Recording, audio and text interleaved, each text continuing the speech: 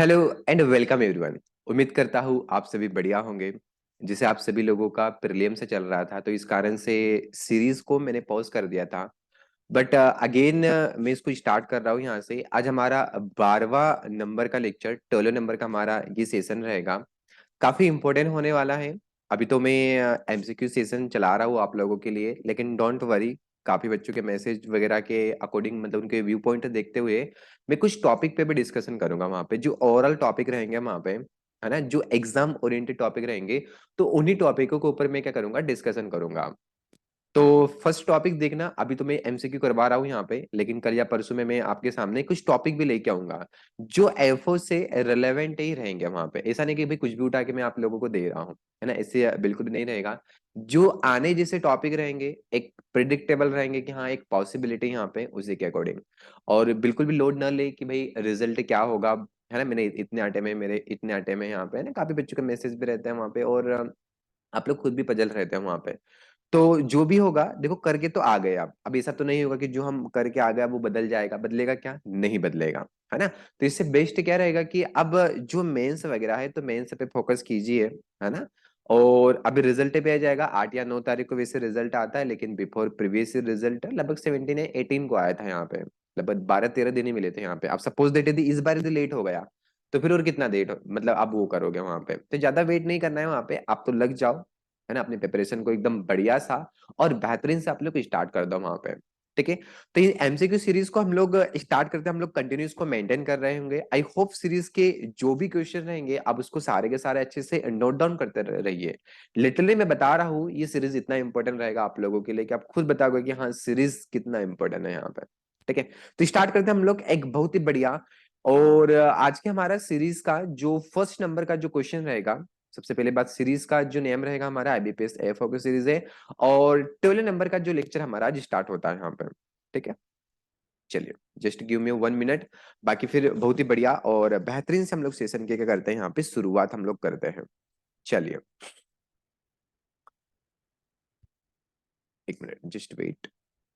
देखो, आज के सेशन का हमारा जो फर्स्ट नंबर का जो यहाँ पे क्वेश्चन रहेगा, देखो कितना बहुत ही बढ़िया और शानदार क्वेश्चन यहाँ पे बताया गया है। क्या बोल रहा है यहाँ पे, a method of catching fish by jerking an unbaited hook through water is known as, है ना।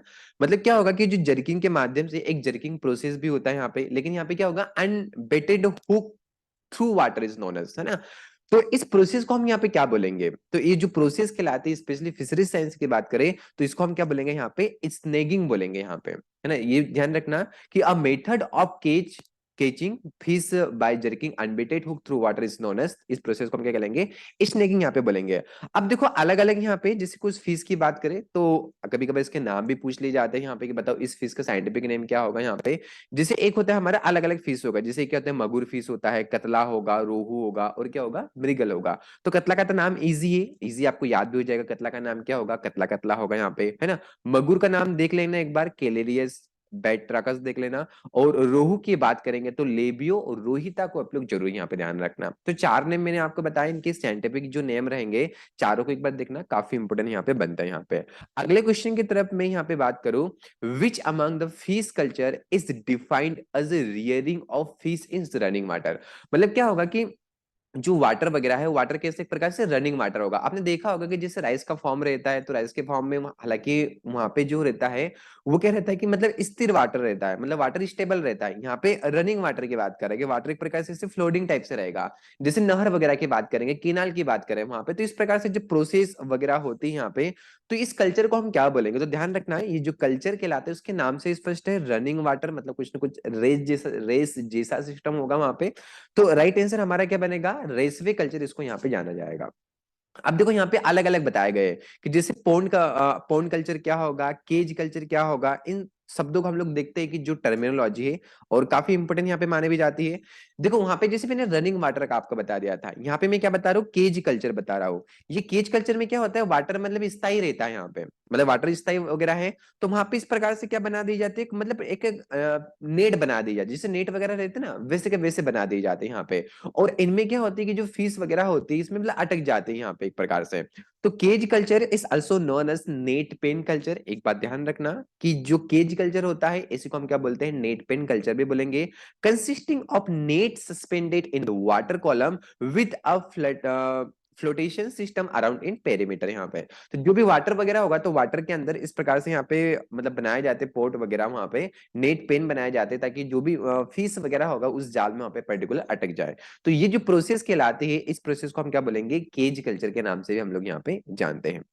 नेक्स्ट क्वेश्चन हमारा फिशरी साइंस से ही यहाँ पे लिया गया है कि tail rot and fin rot disease of fish is caused by, किस कारण से होगा यहाँ पे, तो इसको जरूर यहाँ पे ध्यान रखना किस कारण से होता है, बैक्टीरिया के कारण होगा। टेल रॉट मतलब जो उसकी पूंछ वगैरह होती है वो पूरी तरीके से टेल वगैरह एकदम रोटेट हो जाते हैं, वहां पे जो उसके फिन वगैरह होते हैं, फाइन वगैरह होते हैं, वहां फिन वगैरह जो पंख वगैरह होते हैं वो भी क्या होते हैं, एक प्रकार से हल्के से थोड़ा रोटन टाइप से होने लगते हैं। तो ये जो डिसीज होता है किस कारण से होता है, तो ध्यान रखना किस कारण से होता है, बैक्टीरिया के कारण होगा, इस बात को आप लोग जरूर यहाँ पे ध्यान रखना। क्वेश्चन नंबर आगे चल के हम बात करें यहाँ पे, बहुत ही बढ़िया और अच्छा क्वेश्चन है, यहाँ पे काफी इंपोर्टेंट क्वेश्चन यहाँ पे लग रहा है क्योंकि इसकी पॉसिबिलिटी यहाँ पे ज्यादा है। Previous year question, before previous year question I think पूछा जा चुका है, तो इसी से रिलेवेंट हम चारों को चारों टर्मिनोलॉजी यहाँ पे देखेंगे। क्या बोल रहा है, tree that has formed a crown consisting of numerous branches, मतलब बहुत सारी ऐसी जो ब्रांचेस वगैरह होती है जो क्या होती है, मतलब एक कंसिस्टिंग हो जाती है और एक क्राउन बनाती है वहां पे, arising from the same height और main stem of principal branches. मतलब इसको हम क्या बोलेंगे यहाँ पे, क्या कोपाइसिंग बोलेंगे या टिम्बर बोलेंगे या पोलार्ड बोलेंगे, स्टूल बोलेंगे या फिर श्रब इसको बोलेंगे। तो ये जो टर्म कहलाता है ये यहाँ पे क्या कहलाता है, पोलार्ड कहलाता है। मतलब एक प्रकार से जो क्राउन बनेगा तो क्राउन कैसे बनेगा, वहां पे न्यूमेरस जो ब्रांचेस रहती है, मतलब बहुत सारे ब्रांचेस रहेगी, वो कैसी रहती है, सेम हाइट की रहेगी यहाँ पे। तो ये जो टर्म कहलाएगा इसको हम क्या बोलेंगे, यहाँ पे पोलार्ड बोलेंगे। अब देखो इसी से रिलेवेंट है यहाँ पे काफी यहाँ पे टर्म दिया गया है, जैसे थिनिंग की बात करेंगे, थिनिंग काफी इंपॉर्टेंट माना जाता है। जैसे थिनिंग प्रोसेस की मैं बात करूं तो thinning it is a very important in sugar beet crop. यहाँ पे थिनिंग में क्या होता है कि जो अनवांटेड जो एक्स्ट्रा प्लांट आ जाते हैं, सपोज करो कि यहाँ पे बहुत सारे ऐसे प्लांट है यहाँ पे ग्रो कर गए, अब इसमें क्या होगा कि न्यूटन का कंपटीशन होगा वहां पे, तो हम इसको हटा देते हैं यहाँ पे, ये इसको हटा देंगे यहाँ पे ताकि न्यूटन प्रॉपर यहाँ पे प्लांट उसको ले पाए वहां पे। तो ये प्रोसेस को हम क्या बोलेंगे, थिनिंग बोलेंगे, जो सुगर बीट में वेरी एसेंशियल माना जाएगा। तो thinning is a term used in agricultural science to mean the removal of some plant or part of plant to make room for the growth of others, है ना, कि जो दूसरे जो प्लांट रहेंगे वो प्रॉपर वहां पे क्या कर सके, एक प्रकार से ग्रो कर सके, इस प्रोसेस को हम क्या बोलेंगे, यहाँ पे थिनिंग बोलेंगे। लोपिंग की बात करेंगे तो लोपिंग में क्या होगा कि जो एक सेड वगैरह होते हैं यहाँ पे, ये देखो कि जो इस इमेज को देखो, यहाँ पे इमेज को देखो और भी अच्छे समझ में आएगा यहाँ पे कि लोपिंग कटिंग द सम ब्रांचेस, कुछ ब्रांचेस की वहां पे हम कटिंग कर देंगे वहां पे ताकि सनलाइट का एक प्रॉपर इफेक्ट वहां पे गिरे। अब जब सनलाइट का इफेक्ट गिरेगा वहां पे तो क्या हो जाएगा, वहां पे प्रॉपर जो शेड वगैरह होगी वो भी प्रॉपर मतलब सनलाइट को प्रॉपर अलाउ करेगी वहां पे, ठीक है। तो जिसके माध्यम से क्या होगा, फोटोसिंथेसिस वगैरह अच्छे से हो पाएंगे वहां पे। तो ये जो प्रोसेस कहलाती है इस प्रोसेस को क्या बोलते हैं हम लोग, लोपिंग यहाँ पे बोलते हैं। तो cutting the some branches to reduce the canopy, canopy को हम कम कर रहे हैं, कैनोपी मतलब क्या होता है, घेरा होता है, एक एरिया होता है यहाँ पे। सपोज करो मेरा हैंड है तो जो बाल निकल रहे हैं आइट साइड से वहां पे, बीच में से वहां पे, है ना, बीच में एक मेन पोर्शन होगा, जो आइट साइड से हेयर निकल रहे हैं तो क्या होगा, कैनोपी होगा यहाँ पे। तो ऐसे प्लांट की बात करेंगे तो प्लांटों में भी जो एक एरिया जो घेरा हुआ होता है उसको हम क्या बोलते हैं, कैनोपी यहाँ पे बोलेंगे। तो जब उसको हटा दिया जाता है प्रॉपर सनलाइट के लिए तो इस प्रोसेस को हम लोपिंग बोलेंगे। और एक होता है कोपाइसिंग टर्म में भी होगा, तो कोपाइसिंग ध्यान रखना है ये कहां से होता है, ग्राउंड फ्लोर से होता है, कि जो भी ग्राउंड फ्लोर का मतलब होगा कि नीचे से उसको पूरी तरीके से कटिंग कर दिया जाता है, तो that is process called coppicing. तो coppicing is the method of cutting tree ground layer, मतलब जो ट्री होता है उसको ग्राउंड लेयर से कट कर दिया जाएगा, leading to strong vegetative response and regeneration of new shoot from the base. वहां पे तो ये प्रोसेस जो कहलाएगी, ये प्रोसेस को मैंने क्या बोल दिया यहाँ पे, कोपाइसिंग बोल दिया। वेरी इंपॉर्टेंट टर्मिनोलॉजी है ना, ध्यान रखना। सबसे पहले में कोपाइसिंग में क्या होगा, उसको पूरी तरीके से हम नीचे से हम कट कर देंगे वहां पे, दैट इज प्रोसेस कोपाइसिंग। एक प्रॉपर शेडिंग के लिए वहां पे होगा कि जो सनलाइट वगैरह प्रॉपर वहां पे जा सके, कैनोपी को हम रिड्यूस करेंगे वहां पे, तो उसको लोपिंग बोलेंगे। थिन में क्या होगा कि जो एक्स्ट्रा प्लांट होते हैं ताकि प्रॉपर वहां पे न्यूट्रन का सप्लाई हो सके, इस प्रोसेस को हम क्या बोलेंगे, यहाँ पे थिनिंग बोलेंगे हम लोग यहाँ पे। तो काफी इंपोर्टेंट टर्म। और पोलार्ड जो होगा तो पोलार्ड में क्या होगा, सेम हाइट वहां पे रखी जाती है, जो अलग अलग ब्रांचेस होती है, कई सारी ब्रांचेस होती है, लेकिन उसको जब सेम हाइट में कर दिया जाता है तो उसको हम क्या बोलेंगे, पोलार्ड हम लोग बोलेंगे यहाँ पे, ठीक है। तो इन क्वेश्चन को जरूर यहाँ पे ध्यान रखना। आगे चल के मैं बात करूं, हमारा जो नेक्स्ट नंबर का क्वेश्चन होगा कि advanced research centre of bamboo rattan at, है ना। अब देखो यहाँ पे दिया गया है कि जो बैम्बू रिसर्च सेंटर होगा ये कहाँ पे लोकेटेड है, यहाँ पे, है ना, advance research centre bamboo and rattan at. तो ये ध्यान रखना है, जैसे आपको फॉरेस्ट जो रिसर्च सेंटर है, तो फॉरेस्ट रिसर्च सेंटर कहाँ पे सभी को पता है।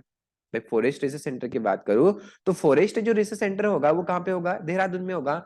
तो उसी से रिलेटेड होगा यहाँ पे, तो ये जो होगा ये क्या पे होगा, अजवाइल देहरादून, जो टू मतलब देहरादून के अंतर्गत एक छोटा सा प्लेस होगा। जैसे मैंने बोला कि आपको कॉफी रिसर्च सेंटर कहाँ पे होगा, तो कॉफी रिसर्च सेंटर कहाँ पे, बालेनूर में, वहां पे, है ना, चिकमंगलूर के अंतर्गत, है ना, कॉफी कर्नाटका चिकमंगलूर, बालेनूर एक और प्लेस आता है।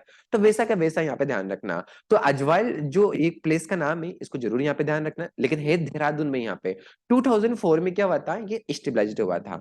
अब जैसे मैं बेम्बू मिशन की बात करूं तो बेम्बू में क्या होता है, अलग अलग आपने देखा होगा कि बेम्बू के लिए स्पेशली, मतलब उसके लिए एक इंटरनेशनल मतलब बेम्बू ईयर भी चलाया गया था वहां पे, है ना। काफी लोगों को पता भी होगा कि इंटरनेशनल बेम्बू ईयर कब चलाया गया था यहाँ पे, है ना। तो आप लोग मतलब जो क्वेश्चन मैंने आप लोगों को पूछा है कि इंटरनेशनल जो बेम्बू ईयर जो मनाया गया था वो कब मनाया गया था, इसका आप लोग को मतलब कमेंट में यहाँ पे ड्रॉप करना है यहाँ पे, ताकि सभी बच्चों को पता भी चल सके। तो नेक्स्ट सेक्शन में आपको मैं बताऊंगा ही बताऊंगा। विंड ब्रेकर्स की बात करेंगे, जो विंड ब्रेकर्स होते हैं यहाँ पे, विंड ब्रेकर से क्या करते हैं, विंड ब्रेकर से स्पेशली मैं बात करूंगी, जैसे जो कोकोनट वगैरह होते हैं, जो हाइटेड प्लांट होते हैं, है ना, हाइटेड प्लांट। जैसे आपने एक टर्म सुना होगा मल्टी स्टोरेज क्रॉपिंग सुना होगा, तो मल्टी स्टोरेज में क्या होता है, इस प्रकार से क्रॉपिंग वगैरह होती है। तो एज इट इज ही होता है, लेकिन यहाँ पे थोड़ा हाइट का ध्यान में रखा जाता है यहाँ पे, कि देखो इस प्रकार से रहता है यहाँ पे, है ना, इस प्रकार से रहता है, ताकि जो एयर वगैरह चल रही है तो एयर कैसे चलेगी, इस प्रकार से यहाँ पे चलेगी।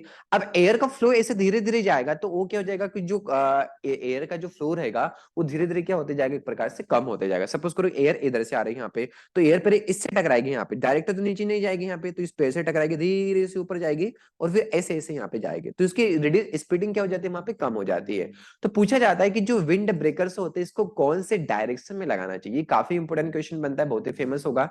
तो बिल्कुल भी आप लोगों को रटने की आवश्यकता नहीं है, उसी में उसका आंसर छुपा होता है, बट बहुत सारे बच्चे उसको रटने का प्रयास करते हैं वहां पे। इसमें आता है नॉर्थ और क्या हो जाता है यहाँ पे वेस्ट। देखो मैंने लिखा ना विंड ब्रेकर से लिखा, तो पूछेगा बेटा विंड ब्रेकर से, तो एन से क्या हो जाएगा नॉर्थ और डब्ल्यू से क्या हो जाएगा वेस्ट हो जाएगा। तो नॉर्थ वेस्ट में क्या लगाया जाता है, विंड ब्रेकर से, कि ये डायरेक्शन इसको रखा जाता है, रखी जाती है यहाँ पे। काफी इंपोर्टेंट क्वेश्चन है, ध्यान रखना यहाँ पे। तो, मतलब विंड ब्रेकर्स के दो एग्जांपल यहाँ पे दिए गए। मोस्ट ऑफ द क्रॉपिंग की मैं बात करूं वहां पे तो कोकोनट को लगाते हैं हम लोग, और जो बिटल नट वगैरह होता है, अरेका नट वगैरह होता है, तो ये देखिए प्लांट कैसे होते हैं, हाइटेड प्लांट होंगे, ताकि बीच में जो भी हम क्रॉप हम लगा रहे हैं, जैसे अनियन लगा दिया, है ना, जिंजर लगा दिया, ताकि उसपे कोई भी इफेक्ट वहां पे न पड़ पाए वहां पे। तो इस बात को आप लोग जरूर यहाँ पे ध्यान रखना। What is the average life क्लम of bamboo, bamboo की बात करेंगे, है ना, अभी देखा था हमने वहां पे। तो ये जो बैम्बू जो होता है इसकी जो कलम वगैरह होती है, मतलब जो एक प्रकार से एक कलम होते हैं वहां पे, जब उसको हम लगा रहे हैं प्रॉपर वहां पे, है ना, नई ग्रोइंग के लिए, तो उसकी जो एवरेज जो लाइफ होती है वो कितनी मानी जाती है यहाँ पे, तो ध्यान रखना, ये क्वेश्चन काफी इंपॉर्टेंट है, एग्जाम ओरिएंटेड। तो इसकी जो एवरेज लाइफ रहती है वो कितनी ईयर मानी जाएगी यहाँ पे, 7 ईयर से यहाँ पे मानी जाएगी। ठीक है, क्वेश्चन जो एक्स्ट्रा चीजें बता रहा हूँ इसको सारे का सारा नोट करना, अच्छे से प्रॉपर नोट करते जाना, और दो तीन दिन में आप लोग रिवीजन भी कर लिया करो यहाँ पे। ठीक है, टाइम का इश्यू हो रहा है किसी का, मतलब कुछ लोगों का मैसेज भी आया था सर टाइम का इश्यू हो रहा है, कैसे मैनेज करें यहाँ पे। तो देखो ये आपके ऊपर डिपेंड है कि आप टाइम को कैसा यूटिलाइज कर रहे हैं यहाँ पे। जो चीजें आपको लग रहा है कि हाँ ये चीजें हमारे लिए एसेंशियल है, तो फर्स्ट क्लास उसको फॉलो भी करे और अपने अपने गहन में उसको उतारे वहां पे, है ना। और जो चीज लग रहा है कि नहीं यार अनवांटेड है तो कोई मतलब नहीं वहां पे। ठीक है, तो यदि सेशन अच्छा भी लगता हो तो डेफिनेटली इसको मेंटेन जरूर करके रखना है यहाँ पे। मैं कुछ नेगेटिव नहीं बोल रहा हूँ यहाँ पे और नहीं कुछ बोलना चाहूंगा यहाँ पे, बट आपको यदि अच्छा लगता है तो आप प्रॉपर इसको फॉलो कीजिए वहां पे और देखिए यहाँ पे, है ना। चलिए कोई बात नहीं, हालांकि ये मैटर तो मैं बात करूंगा, अभी तो हम अभी हमने पढ़ाई लिखाई पे आते हैं ना, बढ़िया, क्योंकि अभी बहुत सारी चीजें हमको पढ़ना है ना, डज नॉट मैटर यहाँ पे। अब बेम्बू की बात करेंगे तो बेम्बू का नाम होगा बेम्बूसा वल्गेरिस होता है, ठीक है, इसका नाम होगा। और वर्ल्ड बेम्बू डे जो मनाया जाता है वो कब मनाया जाता है, 18 सितंबर को मनाया जाएगा। ये क्वेश्चन काफी इंपॉर्टेंट है, यदि पूछेगा कि मतलब वर्ल्ड बेम्बू डे कब मनाया जाता है, तो कब मनाया जाता है, 18 सितंबर को सेलिब्रेशन यहाँ पे किया जाता है। अगले क्वेश्चन की तरफ मैं यहाँ पे बात करूं, नेक्स्ट हमारा क्वेश्चन होगा कि ब्राउन स्पिंडल आई, है ना, एक सिम्टम्स है यहाँ पे, कि जो हमारे पास ये देखो यहाँ पे मतलब एक आई शेप रहते हैं यहाँ पे, एक लेजेंस अपीयरेंस हम लोगों को समान दिखाई देते हैं, ये देखो इसको हम क्या बोलते हैं, लेजेंस बोलते हैं यहाँ पे, है ना। तो ये किसी दिखाई देंगे, ब्राउन दिखाई देंगे वहां पे। बोट शेप्ड, मतलब जिससे क्या रहती है, बोट रहती है उसके समान दिखाई देंगे। Lesions on leaf, leaf sheath later, मतलब कुछ समय के बाद क्या होंगे, रोटन होंगे, मतलब सड़ने लगते हैं वहां पे। कॉलर रोट विच इन्फेक्टेड पेडिसल जो भी वगैरह होता है, जो उसका इन्फ्लोरेंस वगैरह होता है। And non production of seed blanching identify the disease, मतलब डिसीज क्या क्या कहलाएगी यहाँ पे, आप तो ध्यान रखना कि जो बोट शेप बनेगा या तो ब्राउन स्पिंडल आई शेप बनता है, ये कौन से डिशेज में बनता है? तो राइस की बहुत ही जो फेमस डिशेज होती है, आई सभी लोग जानते भी होंगे, उस डिशेज को हम क्या बोलते हैं? Blast disease of rice. जी हाँ, बिल्कुल। ये जो सिम्टम्स होंगे ये किसके होते हैं? ब्लास्ट डिसीज के सिम्टम्स से ही होते हैं। ब्लास्ट डिसीज ऑफ राइस की मैं बात करूं यहाँ पे, तो सभी लोग जानते हैं कि किस कारण से होगा, किस कारण से होता है? Bacteria, virus, fungus. तो सभी को पता है कि ये जो होता है किस कारण से होता है? फंगस के कारण होता है, ध्यान रखना। और फंगस की बात करेंगे तो फंगस का नाम क्या होता है? पायरिकुलेरिया ओराइजा इसका नाम होगा। और जो ब्लास्ट ऑफ डिसीज होता है, इस डिसीज को हम क्या बोलते हैं? रिचमेंट डिसीज भी बोलेंगे। यदि पूछेगा बताओ कि जो रिचमेंट डिसीज होता है किसको बोलते हैं, तो ब्लास्ट ऑफ राइस को रिचमेंट डिसीज बोलेंगे। पुअर मीन से जो डिसीज कहलाता है वो कौन सा कहलाएगा? यहाँ पे बीएलबी कहलाता है, बैक्टीरियल लीफ ब्लाइट। यहाँ पे ध्यान रखना कि रिचमेंट डिसीज हम किसको बोलेंगे? ब्लास्ट ऑफ राइस को बोलते हैं। जो पुअर मीन से जो डिसीज कहलाता है वो कौन सा कहलाता है? बीएलबी कहलाता है, bacteria leaf, sorry bacterial leaf blight, जो जेंथोमोनास और आईजी के कारण होता है। ब्राउन लिप स्पॉट काफी इंपोर्टेंट, जो बंगाल जो फेमाइन आया था, है ना? बंगाल फेमाइन कब आया था? बंगाल फेम कब आया था? 1842 के समथिंग, है ना? बिल्कुल वहां पे। तो 1842 और या तो 1843 की बात करेंगे, इसमें क्या आया था? बंगाल जो फेमाइन आया था। तो बंगाल जो फेमाइन आया था तो वो कौन से डिसीज के लिए आया था? यहाँ पे तो ध्यान रखना, ब्राउन लीप स्पॉट, है ना? और प्राइस जिसका नाम क्या होता है? हेलमिंथोस्पोरियम ओराइजी, ये से नो बिल्कुल ना।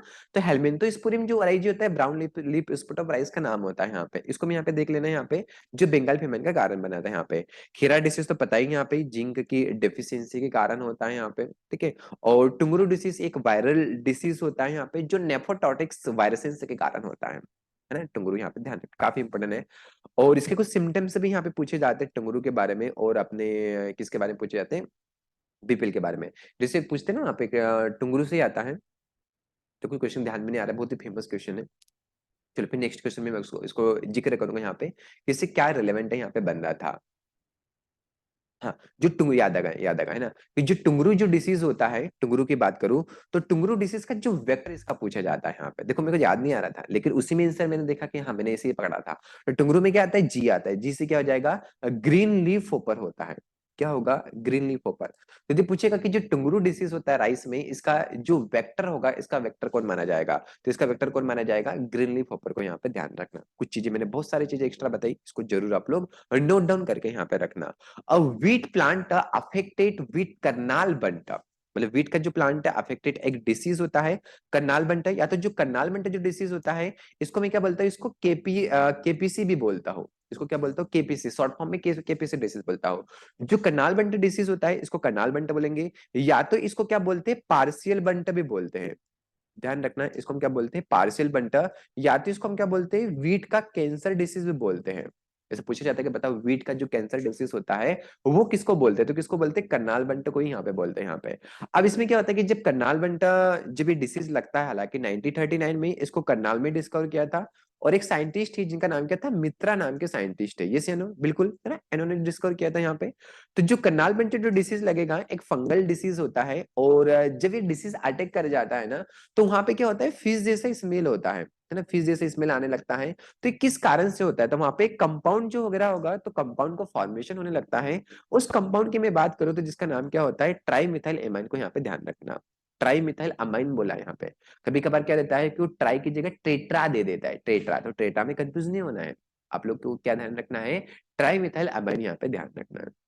चलिए अगले क्वेश्चन की तरफ हम लोग बढ़ जाएंगे। देखो यहाँ पे इसका फंगल का नाम दिया है न्यूवर्सिका इंडिका। यहाँ पे 1931 में करनाल हरियाणा में मित्रा में खो जाता है। हाँ, एक बात और ध्यान रखना है, जैसे मैंने बताया कि ये जो डिसीज होता है इसको हम क्या बोलते हैं? केपीसी डिसीज भी बोलते हैं। ये जो डिसीज होता है इसको मैं क्या बोलता हूँ? केपीसी भी बोल दूंगा। करनाल बंटा, पार्सल बंटा, या तो वीट का कैंसर भी इसको यहाँ पे बोलते हैं।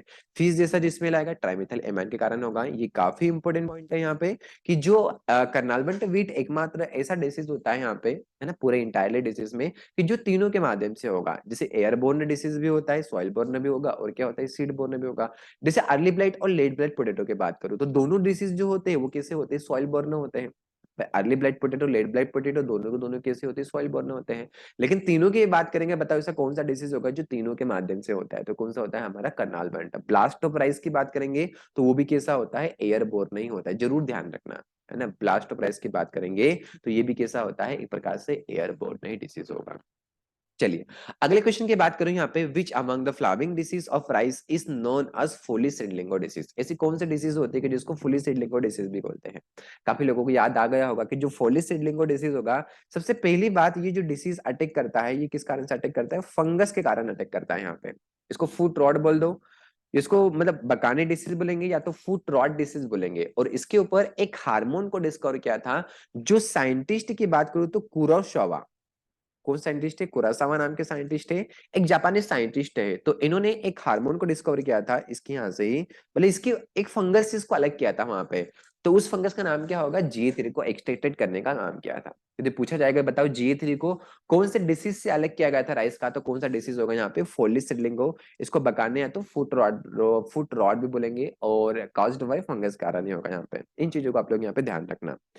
अगली चल के मैं बात करूं कि पीट सॉइल हैव पार्शियल डिकम्पोज। देखो मतलब यदि पीट और मक सॉइल की बात करो, दोनों कंपेरेटिवली होती है यहाँ पे, दोनों का यदि हम कंपेयर करना चाहें, पीट सॉइल और मक सॉइल की बात करो, तो दोनों में सबसे बेस्ट जो सॉइल मानी जाएगी वो कौन सी मानी जाएगी, अरे कौन सी मानी जाएगी, पक्का, डन। चलिए बहुत बढ़िया है ना। तो दोनों में सबसे बेस्ट जो सॉइल मानी जाती है वो कौन सी सॉइल मानी जाती है यहाँ पे, मक सॉइल जो होती है सबसे अच्छी मानी जाती है। क्योंकि मक सॉइल जो मानी जाती है ये कैसे मानी जाएगी, यहाँ पे फुली डिकम्पोज्ड होती है, ध्यान रखना। मक सॉइल फुली डिकम्पोज्ड होती है।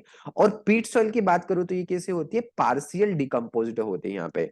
अब देखो जो फुली डिकम्पोज्ड होती है यहाँ पे, तो इसमें जो पार्टिकल रहेंगे, पार्टिकल कैसे रहते हैं, बहुत ही स्मॉल पार्टिकल रहेंगे, ये नो बिल्कुल। भाई फुली डिकम्पोज्ड है तो इसके पार्टिकल जो रहेंगे वो पार्टिकल कैसे रहेंगे, स्मॉल पार्टिकल। और जब स्मॉल पार्टिकल रहेंगे तो यहाँ पे क्या होगा कि जो पोरोसिटी का जो परसेंट होगा वो भी क्या होगा, ज्यादा होगा। पोर स्पेस यहाँ पे क्या होंगे, उसके नंबर ज्यादा होंगे यहाँ पे। तो जब पोर स्पेस पोरोसिटी का परसेंटेज जब ज्यादा रहेगा तो डेफिनेटली क्या होगा कि मक सॉइल जो रहेगा इसकी वाटर होल्डिंग जो कैपेसिटी मानी जाएगी वो भी क्या रहेगी, ज्यादा ही रहेगी। यदि कंपेयर करें हम लोग पीट को, तो पीट और मक में दोनों का नेचर जो होगा वो कैसा होता है, एसिड नेचर का होता है। दोनों का नेचर कैसा होगा, एसिड नेचर का होगा। लेकिन दोनों में बात करें कि दोनों में सबसे बेस्ट कौन सी मानी जाएगी, तो जो मक सॉइल मानी जाती है वो किससे मानी जाएगी, सबसे बेस्ट यहाँ पे मानी जाएगी। क्योंकि इसके पार्टिकल कैसे होते हैं, बहुत ही छोटे छोटे पार्टिकल होते हैं यहाँ पे। अब छोटे छोटे पार्टिकल रहेंगे तो वाटर होल्डिंग कैपेसिटी, पोरोसिटी और पोर स्पेस के नंबर ज्यादा रहेंगे वहां पे। ठीक है। तीन चीजों को यहाँ पे ध्यान रखना है। वैसे मैं बात कर रहा था यहाँ पे कि सॉइल के लिए मतलब कौन सी क्रॉप यहाँ पे सुटेबल मानी जाएगी कि जो इस पेज पे यहाँ पे ग्रो कर पाएगी। तो आपको पता है कि राइस ही ग्रो कर सकता है। राइस का ऑप्टिमम, जैसे हम एक अच्छे पेज की बात करें तो राइस का ग्रो पेज क्या होगा, 4 to कितना होता है, 6 पेज होता है ना। 4 से 6 राइस के लिए सबसे अच्छा माना जाता है। जैसे आपका टी मतलब टी भी होता है, टी की बात करेंगे और राइस की बात करें तो टी और राइस जो ग्रो करते हो वो 4 to 6 पेज पे ही ग्रो करते हैं यहाँ पे। जैसे पोटेटो की मैं बात कर दूं तो पोटेटो जो ग्रो करता है वो 5 से लगा के 5.5, है ना, 5 से लगा के 5.5 जो पीएच होता है इस पे सबसे अच्छा माना जाता है जो पोटेटो ग्रो करता है यहाँ पे। ठीक है, इसको ध्यान रखना। आगे चल के मैं बात करूं इमोबिलाइजेशन, देखो दो होता है, एक मिनरलाइजेशन होता है और एक क्या होता है, इमोबिलाइजेशन होगा, है ना। या तो मैं इसको बोलना चाहूँ यहाँ पे इमोबिलाइजेशन की जगह यहाँ पे यदि मैं बोलना चाहूँ वाशिंग इन भी यहाँ पे बोल सकता हूँ। क्या बोल सकता हूँ यहाँ पे, वाशिंग इन बोलूंगा यहाँ पे। तो washing in occurs in which soil horizon, यहाँ पे मतलब जमाव कहाँ पे होता है। तो आपने देखा होगा कि अलग अलग संस्तर मतलब मतलब क्या होता है, हॉरिजन होते हैं, ए होता है, बी होगा, सी होगा और क्या होता है, आर होता है। कुछ इसी प्रकार से क्या होता है हमारा सॉइल प्रोफाइल होता है यहाँ पे। जो ओ हॉरिजन होता है यहाँ पे तो कोई कल्टीवेशन नहीं किया जाता है, तो ये जो होता है इसको हम क्या बोलते हैं, वर्जिन सॉइल भी बोलते हैं यहाँ पे। यदि पूछेगा बताओ कि वर्जिन सॉइल जो रहती है वो कहाँ पे पाई जाती है, तो वर्जिन सॉइल किस में पाई जाएगी, हमारे ओ के पास पाई जाएगी। ए और बी पे खेती की जा सकती है तो ए और बी दोनों क्या होते हैं, बेस्ट होते हैं। लेकिन ध्यान रखना पूछा जाता है कि ब्लैक सॉइल जो होती है कौन से संस्तर में नहीं पाई जाती है, कौन से हॉरिजन में देखने को नहीं मिलती है। तो ब्लैक सॉइल जो रहती है बी हॉरिजन में नहीं पाई जाती, ए में पाई जाती है यहाँ पे, है ना। तो मोस्ट ऑफ द जो जमा हो जाते हैं जैसे आपने कैल्शियम सल्फेट होते हैं, सोडियम सल्फेट आयन होते हैं, ये बी हॉरिजन में ही जमा हो जाते हैं। इसका इसको क्या बोलेंगे, इमोबिलाइजेशन या तो वॉशिंग इन भी बोलते हैं। वॉशिंग आउट जो पूछेगा बताओ कि मैक्सिमम वॉशिंग आउट जो होगा कहाँ से होता है, तो वॉशिंग आउट होगा या तो लीचिंग बोल दो वहां पे, तो ए ओरिजिन से ही होगा यहाँ पे। सी जो होता है ये क्या माना जाता है, वेदरिंग के लिए मोस्ट रेसिस्टेंट। यदि पूछेगा बताओ वेदरिंग के लिए मोस्ट रेसिस्टेंट जो होगा वो कौन सा होगा, तो वेदरिंग के लिए मोस्ट जो रेसिस्टेंट माना जाएगा वो कौन सा होगा, सी होगा यहाँ पे। तो काफी चीजों की यहाँ पे ध्यान रखना, काफी इंपॉर्टेंट चीजें जितने भी मैंने चीजें बताई यहाँ पे ध्यान रखना। जैसे ए और बी की बात करेंगे, ए और बी पे हम खेती कर सकते हैं तो इसको हम क्या बोलते हैं यहाँ पे, सोलम बोलते हैं। अरे ए और बी की बात करेंगे तो इसको हम क्या बोलेंगे, सोलम बोलेंगे। ए प्लस बी प्लस सी की मैं बात करें तो इसको हम क्या बोलते हैं, रिगोलित, ये से इसको हम क्या बोलते हैं, रिगोलित भी हम लोग यहाँ पे बोलेंगे यहाँ पे। ठीक है, चलिए तो ये हमारा यहाँ पे कंप्लीट हुआ। अगले क्वेश्चन की तरफ पे बढ़ता हूँ। यहाँ पे इम्बुलेशन बी को यहाँ पे करेंगे, या तो वाशिंग इन भी दे सकेगा यहाँ पे, जरूर यहाँ पे ध्यान रखना, काफी इंपॉर्टेंट है यहाँ पे। Ideal ratio of macro and micro pore space, दोनों की बात करेंगे यहाँ पे। तो दोनों का एक रेशियो, जिसमें पोरोसिटी परसेंटेज की यहाँ पे बात करो यहाँ पे, तो वहां पे भी क्या होगा, जैसे सॉइल का फायरेबल होगा, और इस सॉइल के फायरेबल में जो आपको एक एम्प्टी स्पेस नजर आ रहा है यहाँ पे, है ना, इस फायरेबल के बीच में जो एक एम्प्टी स्पेस नजर आ रहा है, देखो ये वाला स्पेस, ये वाला स्पेस, ये वाला स्पेस, तो ये क्या कहलाएंगे यहाँ पे, पोर स्पेस कहलाएंगे। अब ये पोर स्पेस क्या होंगे, बड़े भी होंगे तो छोटे भी होंगे। यदि बड़े होंगे तो उसको हम क्या बोलेंगे, मैक्रो, यस, और यदि छोटे पोर स्पेस है तो उसको हम क्या बोलेंगे, माइक्रो। बिल्कुल राइट क्या रॉन्ग, बिल्कुल राइट है यहाँ पे। तो जो मैक्रो पोर स्पेस होता है, ध्यान रखना, मैक्रो में ऑलवेज जो फिलअप रहता है वो क्या फिलअप रहता है, एयर। और माइक्रो की बात करेंगे तो माइक्रो में ऑलवेज जो फिलअप रहता है वो क्या फिलअप रहता है, वाटर फिलअप रहता है यहाँ पे। तो इनका जो रेशियो रहता है ना, वो रेशियो कितना बनता है, 1:1 रेशियो बनेगा यहाँ पे। जैसे आपने देखा होगा सॉइल कंपोनेंट के अंतर्गत देखा होगा कि एक सॉइल कंपोनेंट होगा। अब सॉइल कंपोनेंट में यहाँ पे अलग अलग होता है यहाँ पे, कि इसमें क्या रहता है, आपका एयर प्रेजेंट होता है, और इसमें क्या होता है, वाटर प्रेजेंट होगा। ये भी 25, तो ये भी 25। यहाँ पे हम बात करें तो हमारे क्या होता है, ऑर्गेनिक मैटर जो होगा 5% होता है, और जो हमारा क्या होता है, जो मिनरल होता है, मिनरल का परसेंटेज जो होगा कितना होता है, 45% होगा यहाँ पे। ऑर्गेनिक मैटर 5, मिनरल कितना होता है, 45% होगा। तो यहाँ पे रेशियो हमारे 25-25, तो 25-25 रेशियो कितना हो जाएगा, 1:1 यहाँ पे बनेगा यहाँ पे, है ना। तो यहाँ पे ध्यान रखना, काफी इंपोर्टेंट ये चीज यहाँ पे। तो इसका रेशियो यहाँ पे 1:1 जो होगा, ये यहाँ पे कंसिडर किया जाएगा। आई होप सभी को क्लियर होगा। आगे चल के बात करेंगे व्हाइट बर्ड ऑफ मेज, ये तो एकदम फेमस क्वेश्चन है, हलवा क्वेश्चन है सभी का, किसी का भी क्वेश्चन जो होगा गलत नहीं जाएगा। तो व्हाइट बर्ड ऑफ मेज की बात करूं तो किसका आंसर होता है, ध्यान रखना, जिंक डेफिशिएंसी के कारण होगा, खेराडेसिस जिंक डेफिशिएंसी कारण होगा यहाँ पे। अच्छा आप लोग बताने, एक और क्वेश्चन ध्यान होता है, क्वेश्चन पूछा जाता है कि सिट्रस में जो गमोसिस होता है यहाँ पे, है ना, कुछ क्वेश्चन पूछना चाहूंगा यहाँ पे। यदि पूछेगा बताओ कि सिट्रस का जो गमोसिस जो डिसीज होता है किस कारण से होता है, तो सिट्रस जो गमोसिस होगा वो किस कारण से होता है, कॉपर डेफिशिएंसी के कारण होगा। सिट्रस गमोसिस जो होगा कॉपर डिफिशियंसी के कारण ही होता है यहाँ पे, ठीक है। और एक विप्टेल डिसीज होता है कॉलीफ्लावर में, है ना, काफी लोगों को पता भी है कि विप्टेल डिसीज फेमस डिसीज है जो कॉलीफ्लावर में होता है। विप्टेल जो डिसीज होगा ये कौन सी कंडीशन में होता है, एसिड कंडीशन में होगा, favourable for acid condition and due to deficiency of molybdenum deficiency यहाँ पे। ये काफी फेमस क्वेश्चन है कॉलीफ्लावर के लिए। आगे चल के मैं बात करूं, नेक्स्ट हमारा क्वेश्चन होगा, what should be the length of an optimum effective nodal for nitrogen fixation. मतलब क्या होगा कि जैसे मैं जैसे बात करूं यहाँ पे, इसकी बात करूं, सपोज दैट हमारे पास ये प्लांट है। अब इस प्लांट में यहाँ पे क्या रहेंगे, नोडल है, यहाँ पे भी नोडल है, यहाँ पे भी नोडल है, यहाँ पे भी नोडल है, यहाँ पे भी नोडल रहेगा। अब इस नोडल का 2 mm जो ऊपर एरिया रहता है, सबसे पहले बात इसका 2 mm का जो ऊपर का जो एरिया रहता है, इसको हम क्या बोलते हैं, RS रेशियो बोलते हैं। RS रेशियो का मतलब क्या होगा, राइजो स्पेयर रेशियो यहाँ पे, है ना, कि जो हमारा राइजो स्पेयर जो रहता है यहाँ पे, देखो ना आप लोगों को राइजो स्पेयर क्या होता है, कुछ पूछे भी जाता है वहां पे, कितना बेनिफिट माना जाता है, कितना इसका वैल्यू होता है यहाँ पे, है ना। तो जो रूट जो होती है, जो राइजोबियम बैक्टीरिया वगैरह होते हैं, 2 mm ऊपर का जो एरिया जो कहलाता है वो RS रेशियो ही कहलाता है, राइजो स्पेयर ये कहलाएगा यहाँ पे। अब इसमें क्या होगा कि जो नोडुल की लेंथ कितना होना चाहिए कि नाइट्रोजन का फिक्सेशन कर सके। सबसे पहले बात नोडुल की जो लेंथ की बात करेंगे यहाँ पे, तो ध्यान रखना 2 से 8 mm की इसकी लेंथ होना चाहिए। जब 2 से 8 mm की जब लेंथ हो जाएगी तो ये एटमॉस्फेयर से क्या होगा, नाइट्रोजन का फिक्सेशन करेगा।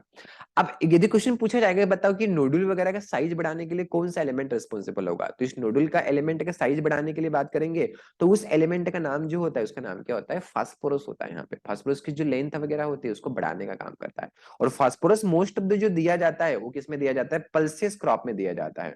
किसमें दिया जाएगा, पल्सेस। और आपने देखा भी होगा कि पल्सेस के लिए एक रेशियो जो माना जाता है वो कितना माना जाता है, 1:2:1 माना जाता है ना। एनपीके जो रेशियो कंसिडर किया जाएगा 1:2:1 किया जाएगा। जैसे आपने पढ़ा हुआ है ना कि सीरियल के लिए एक रेशियो अलग होता है, मतलब 4:2:1 होता है। ऑयल के लिए बात करेंगे तो 3:2:1 होता है यहाँ पे, है ना, मतलब ये दिया भी जाता है यहाँ पे। तो पल्सेस में हम क्या दे रहे हैं, फास्फोरस यहाँ पे ज्यादा दे रहे हैं। फास्फोरस जब ज्यादा दे रहे हैं यहाँ पे तो क्या होगा, डेफिनेटली मतलब उसका जो प्रोडक्शन वगैरह होगा वो क्या माना जाएगा, इंक्रीजिंग होगा। अब ये क्या करेंगे कि जब इस नोडुल का साइज बढ़ गया, अब नोडुल का साइज बढ़ गया तो एटमोस्फेयर से क्या होगा, नाइट्रोजन का फिक्सेशन होगा। जब एटमॉस्फेयर से जब नाइट्रोजन का फिक्सेशन होगा तो यहाँ पे ध्यान रखना कि दो एलिमेंट क्या होते हैं, कैटालिस्टिक के रूप में काम करेंगे। एक तो होता है आयरन होगा, और दूसरा जो होगा उसका नाम क्या होता है, मोलिब्डेनम होगा। तो आयरन और जो मोलिब्डेनम होंगे ये कैटालिस्टिक के रूप में यहाँ पे काम करते हैं यहाँ पे।